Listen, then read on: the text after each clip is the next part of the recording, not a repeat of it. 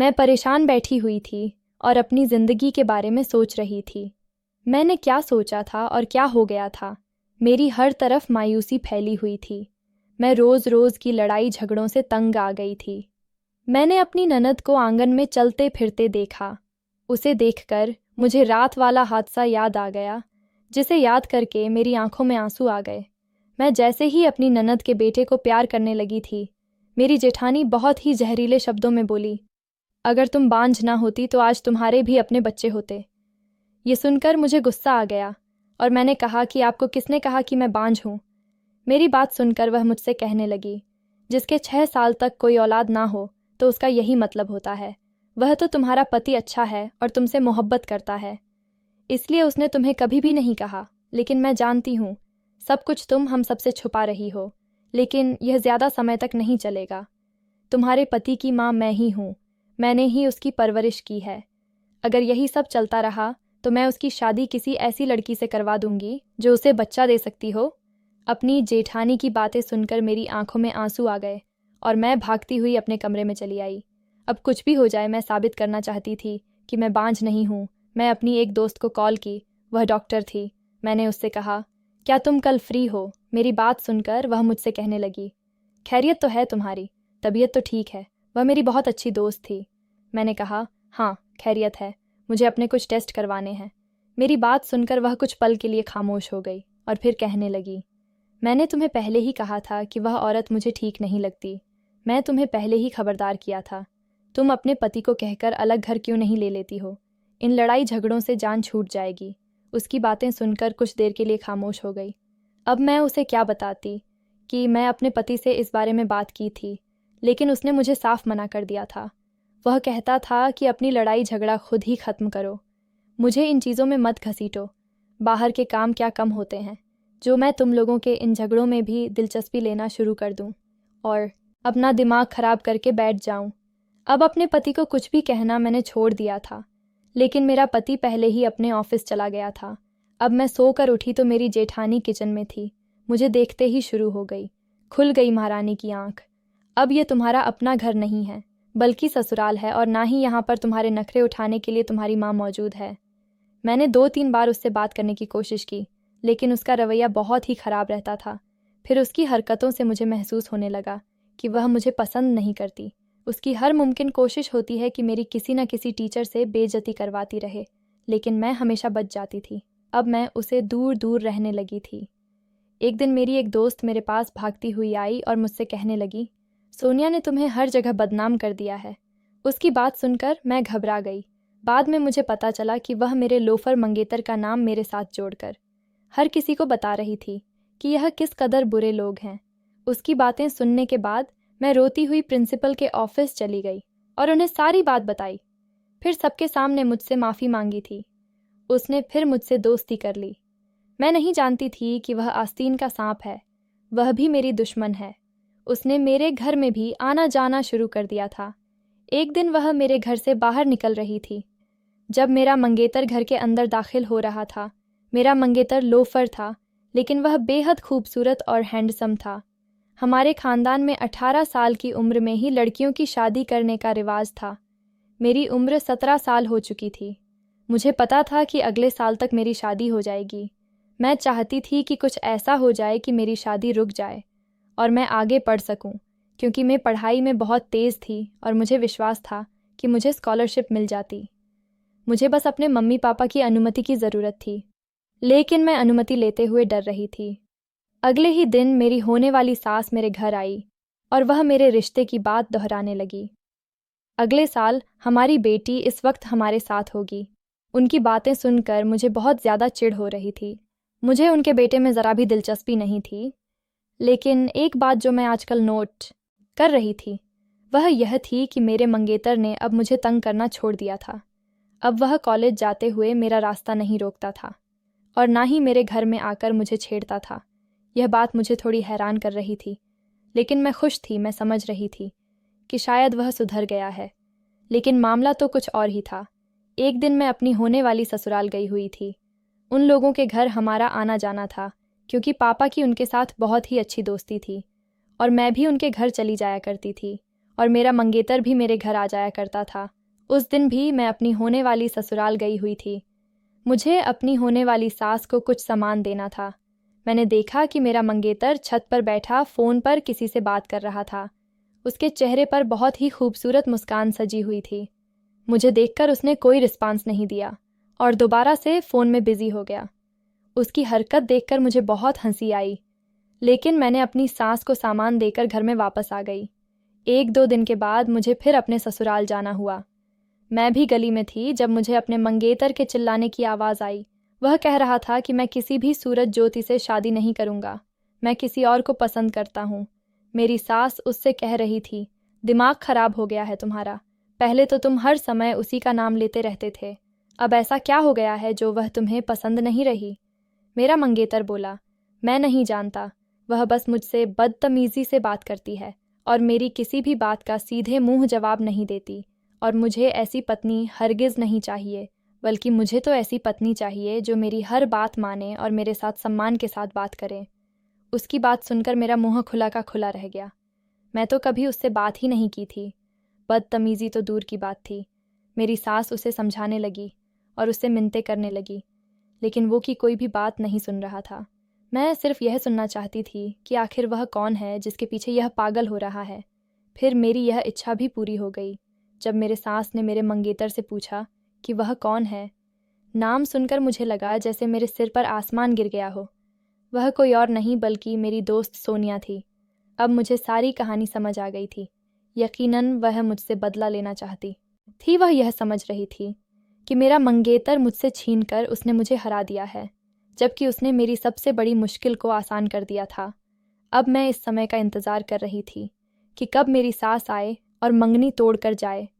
मंगनी टूटने के फ़ौरन बाद ही मैंने अपने घर वालों को जज्बाती ब्लैकमेल करना था और आगे पढ़ने के लिए इजाज़त लेनी थी। मेरी मम्मी काफ़ी परेशान थी क्योंकि कुछ दिनों से मेरी सास ने हमारे घर आना बंद कर दिया था। ना जाने ऐसी क्या बात है, पहले तो वह हमेशा यही पाई जाती थी। मेरी मम्मी मुझसे कह रही थी, मैं बस ऐसे ही कंधे उसका दिए। फिर अचानक मेरी सास घर के अंदर दाखिल हुई। वह शक्ल से काफ़ी परेशान लग रही थी। वह जाकर मेरी मम्मी के पास बैठ गई और कहने लगी कि मुझे माफ़ कर दो। साथ ही साथ वो रोती भी जा रही थी। ये देखकर मुझे बहुत दुख हो रहा था। वह अपने बेटे की वजह से कितनी मजबूर थी। औलाद अपनी माँ बाप से न जाने क्या क्या करवाती है। फिर उन्होंने मेरी माँ को सारी बात बताई कि मेरा बेटा ज्योति से शादी करने के लिए राज़ी नहीं हो रहा। वह किसी और लड़की को पसंद करने लगा है और न जाने वह लड़की कौन है।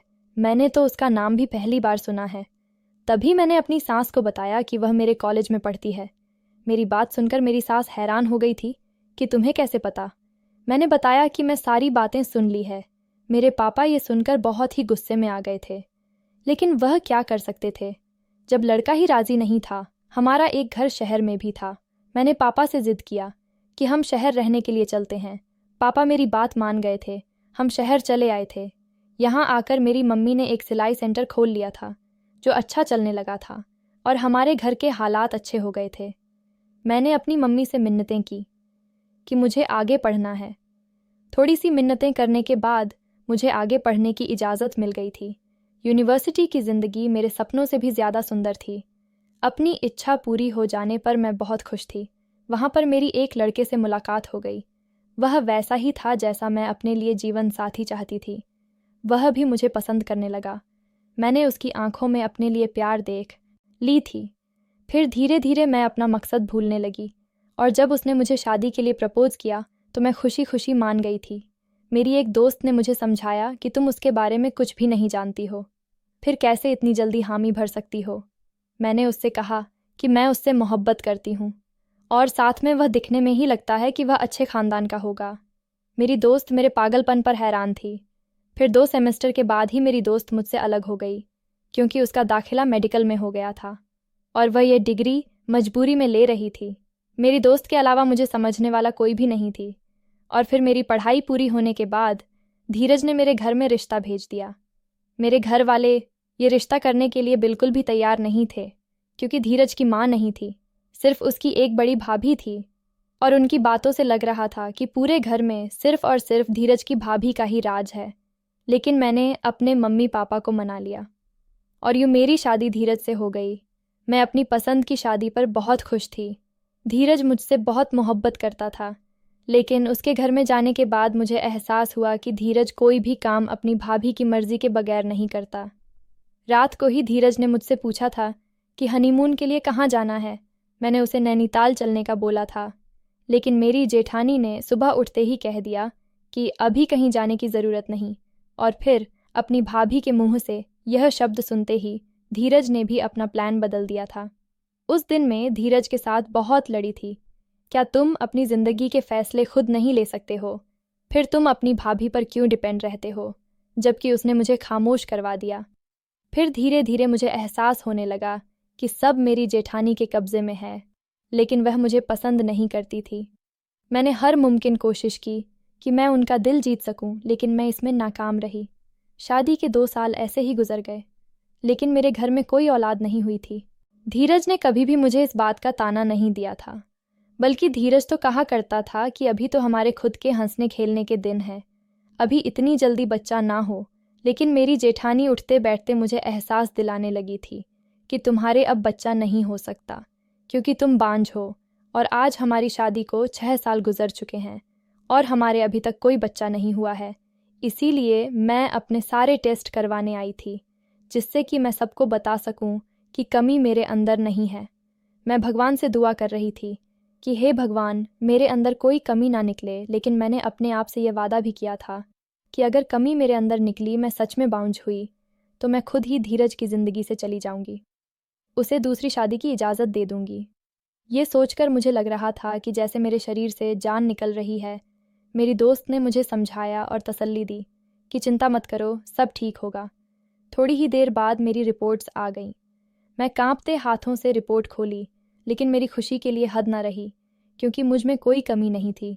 मैंने खुशी से अपने दोस्त को गले लगा लिया और मैं घर वापस आ गई। आज मैं बहुत ज़्यादा खुश थी। जैसे ही मैं घर में दाखिल हुई, मेरी जेठानी दोबारा से मुझसे सवाल जवाब करने लगी, लेकिन मैं खामोश रही और अपने कमरे में आ गई। अब मैं धीरज का इंतज़ार करने लगी थी। मैं चाहती थी कि अब मेरा पति भी अपने टेस्ट करवा ले, ताकि उसके बारे में भी पता चल जाए। रात को उसकी वापसी लेट से हुई। जैसे ही वह कमरे में दाखिल हुआ, मैं उठकर बैठ गई और बहुत ही खुशी खुशी बताने लगी कि मैं आज डॉक्टर के पास गई थी। मेरी बात सुनकर उसने कुछ खास रिस्पांस नहीं दिया और अपना कोट उतारने लगा। मैंने उसे अपनी रिपोर्ट दिखाई और कहा कि यह देखो, मैं बांझ नहीं हूँ, अब तुम भी अपने टेस्ट करवा लो, ताकि तुम्हारे बारे में भी पता चल जाए। मेरी बात सुनते ही उसकी आंखें कुछ देर के लिए गुस्से से लाल हो गई थीं और वह गुस्से से बोला कि तुम कहना क्या चाहती हो? क्या कमी मेरे अंदर है? तुम्हारी हिम्मत कैसे हुई ये बात कहने की? उसकी ये बात सुनकर मैं बौखला गई। मैंने इससे पहले आज तक उसको इतने गुस्से में नहीं देखा था। मैंने कहा ऐसा नहीं है, लेकिन मैं चाहती हूँ कि तुम भी अपने टेस्ट करवा लो। अगर कुछ कमी हुई तो हम इलाज करवा सकते हैं। धीरज कहने लगा, मैं बिल्कुल ठीक हूँ, मुझे कोई ज़रूरत नहीं है टेस्ट करवाने की। कमी मुझ में नहीं, बल्कि कमी तुम्हें है। हो सकता है कि तुम्हारी रिपोर्ट झूठी हो, बांझ में नहीं बांझ तुम हो। मुझे समझ नहीं आ रहा था कि अचानक से मेरे पति को क्या हो गया है और वह यह कैसी बातें कर रहा है। मैं रोने लगी तो वह घर से बाहर चला गया। उस दिन के बाद से मेरे पति का रवैया मेरे साथ बहुत ही खराब हो गया था। वह मुझे कोई भी बात नहीं कर रहा था, जबकि अब मेरे दिल में शक पनपता जा रहा था कि ज़रूर मेरे पति के अंदर ही कमी है, जिस वजह से वह अपने टेस्ट नहीं करवा रहा। अगर उसमें कमी ना होती तो वह फ़ौरन मेरे साथ चल देता, लेकिन मैं नहीं जानती थी कि उसने इस बात को अपनी शान का मसला क्यों बना लिया है। अब उसने भी मुझे बांझ के ताने देना शुरू कर दिया था और साथ ही मुझे यह धमकी भी देता कि मैं जल्दी ही दूसरी शादी कर लूँगा। मुझे समझ नहीं आ रही थी कि मैं क्या करूँ। कुछ दिन बाद मैं अपने पति से दोबारा बात करने की सोची, लेकिन वह मेरी किसी भी बात को सुनने के लिए तैयार नहीं था, बल्कि वह तो मेरी रिपोर्ट्स को ही झूठ कह रहा था। जबकि मुझे लग रहा था कि मेरा पति झूठा है, वह अपनी कमी छुपाने के लिए मुझ पर इल्ज़ाम लगा रहा है। अब इस घर में मेरा दम घुटने लगा था। मेरा बस नहीं चल रहा था कि मैं यहाँ से कहीं दूर चली जाऊँ, लेकिन मैं अपने घर जाकर अपने घर वालों को परेशान नहीं करना चाहती थी। एक दिन मैं अपने आंगन में बैठी हुई अपनी ज़िंदगी के बारे में सोच रही थी। शाम का समय था। थोड़ी ही देर बाद मेरे पति को घर वापस आ जाना था, लेकिन अब मुझे उसके वापस आने की कोई खुशी नहीं होती थी।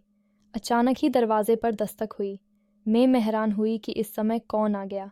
जब मैं जाकर दरवाज़ा खोला तो सामने एक औरत खड़ी थी, जिसने अपने चेहरे पर नकाब किया हुआ था। उसकी आंखों के अलावा कुछ भी नज़र नहीं आ रहा था, जबकि हाथ में उसने एक बच्चा उठा रखा था। वह बच्चा ज़ोर ज़ोर से रो रहा था। मैंने उससे पूछा कि कौन हो तुम और यहाँ क्या कर रही हो? उसने बच्चा मेरे सामने किया और कहने लगी, तुम्हारे पति ने मुझ पर बहुत जुल्म किया है। उसकी बात सुनकर मैं हैरान रह गई और उसे कहने लगी, क्या मतलब है इस बात का? पहले मुझे यह बताओ कि तुम कौन हो। मैं उसके चेहरे पर पड़ा नकाब खींचने लगी। वो कह रही थी कि मैं तुम्हें ना कहती थी कि तुम्हारा पति जल्द ही तुमसे तंग आ जाएगा और दूसरी औरत के पास चला जाएगा। अब पता नहीं तुम्हारे पति का यह बच्चा जायज़ भी है या नाजायज़ है। चलो कोई नहीं, वह जल्दी ही उससे शादी भी कर लेगा, या हो सकता है पहले से ही उस लड़की से शादी कर रखी हो। उसकी बातें सुनकर मुझे बहुत ही बेबसी का एहसास हो रहा था। वैसे भी मैं काफ़ी दिनों से देख रही थी कि मेरा पति फ़ोन पर देर रात तक बातें किया करता था और बात करने के दौरान उसके चेहरे पर हमेशा एक मुस्कुराहट होती थी। लेकिन मैंने कभी भी उस पर शक नहीं किया, क्योंकि मैं जानती थी कि धीरज मुझे कभी भी धोखा नहीं दे सकता। दूसरा, उसने रात को भी लेट आना शुरू कर दिया था। अब मेरे पति को मुझ में कोई दिलचस्पी नहीं रही थी। यही सोचकर आंसू खुद खुद मेरी आंखों से बहने लगे। मैंने तो अपने पति से हमेशा मोहब्बत की और हमेशा उसके साथ वफादार रही, लेकिन मेरे पति ने क्या किया था? मेरा पति बिल्कुल भी माफ़ी के काबिल नहीं था। अब मैं बहुत ही बेसब्री से अपने पति का इंतज़ार कर रही थी और जैसे ही मेरा पति कमरे में दाखिल हुआ, मैं शुरू हो गई। क्या मिला तुम्हें ये सब करके? वह बहुत थका हुआ था। मेरी बात सुनकर चिढ़ गया और कहने लगा, क्या बकवास कर रही हो? मैं बहुत थक गया हूँ, जाओ मेरे लिए खाना लेकर आओ। उसकी बात सुनकर मैं बोली, आज एक लड़की तुम्हें खोजते हुए घर आई हुई थी। मेरी बात सुनकर उसने चौंक कर मुझे देखा। क्या मतलब है तुम्हारा? कौन लड़की? मैंने कहा, तुम क्या समझते हो कि तुम्हारी हकीकत मुझे पता नहीं चलेगी? अब अगर तुमने और कोई बकवास की तो मैं तुम्हारा मुंह तोड़ दूंगा। मेरे पति ने गुस्से से कहा, सीधे सीधे बताओ, आखिर समस्या क्या है? तब मैंने उसे बताया कि उस लड़की ने हाथ में बच्चा उठा रखा था।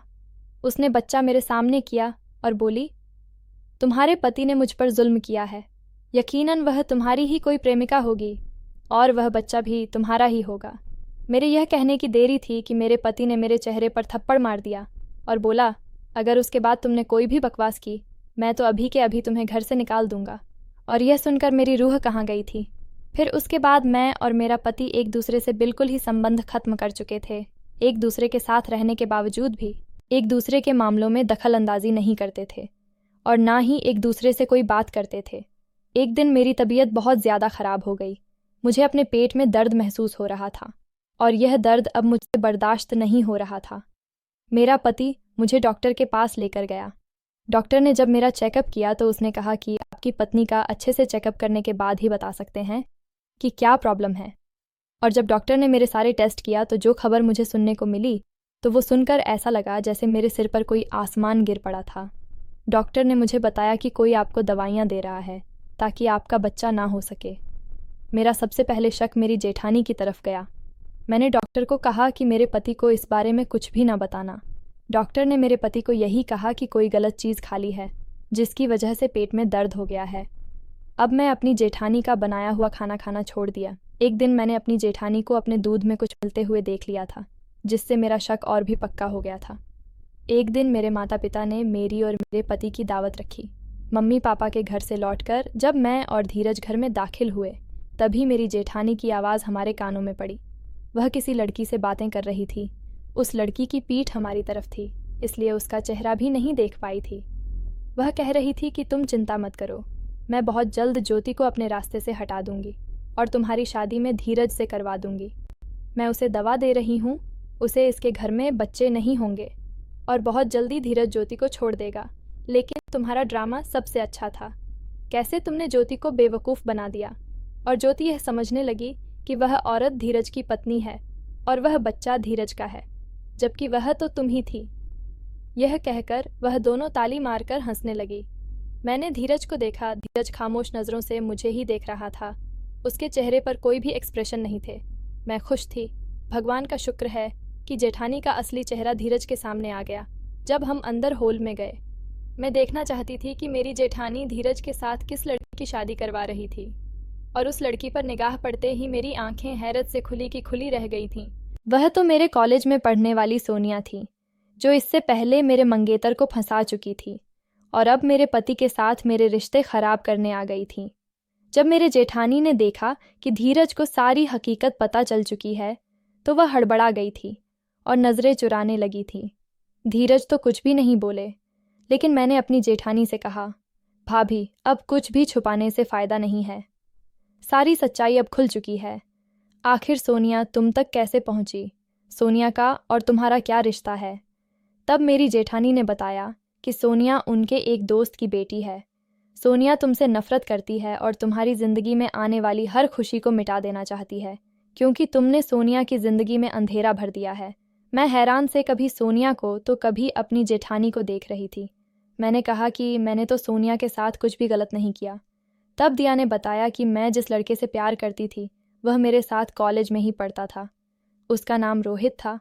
रोहित भी मुझसे बहुत मोहब्बत करता था, लेकिन जैसे ही तुमने कॉलेज में एडमिशन लिया, उसकी मोहब्बत मुझसे कम होने लगी थी और वह तुम्हारा दीवाना बन बैठा था। एक दिन मेरी और उसकी इसी बात पर लड़ाई हो गई थी। उसने साफ साफ कह दिया था कि वह ज्योति से अपनी मोहब्बत का इजहार करेगा। धीरज ने नफ़रत भरी निगाह अपनी भाभी पर डाली थी और भाभी से कहा, मैंने तो आपको माँ का दर्जा दिया था और आपने मेरे ही खुशियों को आग लगाने के बारे में सोचा। आप जानते हैं ना कि मैं ज्योति से कितनी मोहब्बत करता हूँ, और आप मुझे और ज्योति को अलग करना चाहती थी। मेरे पति ने फिर कोई भी बात नहीं की और कमरे में चला गया। बाद में मेरे पति ने मुझे अपने रवैया की माफ़ी मांगी। मैंने उसे अपनी सारी रिपोर्ट के बारे में बताया। उसने कहा कि तुमने मुझे पहले इस बारे में क्यों नहीं बताया। मैं कहने लगी कि तुम मेरी बात पर विश्वास नहीं करते, क्योंकि पहले भी तो मेरी रिपोर्ट्स के बारे में मुझे झूठा ठहरा चुके थे। और फिर अगले ही दिन धीरज ने वह घर छोड़ दिया और मुझे लेकर अलग घर में रहने आ गया। और फिर 1 साल के बाद ही मैंने 2 जुड़वा बच्चों को जन्म दिया, एक बेटा और एक प्यारी सी बेटी। भगवान ने हमारे परिवार को पूरा कर दिया था और आज मैं खुशी खुशी धीरज के साथ और अपने बच्चों के साथ ज़िंदगी गुजार रही हूँ। दोस्तों, वीडियो कैसा लगा कमेंट करके ज़रूर बताना।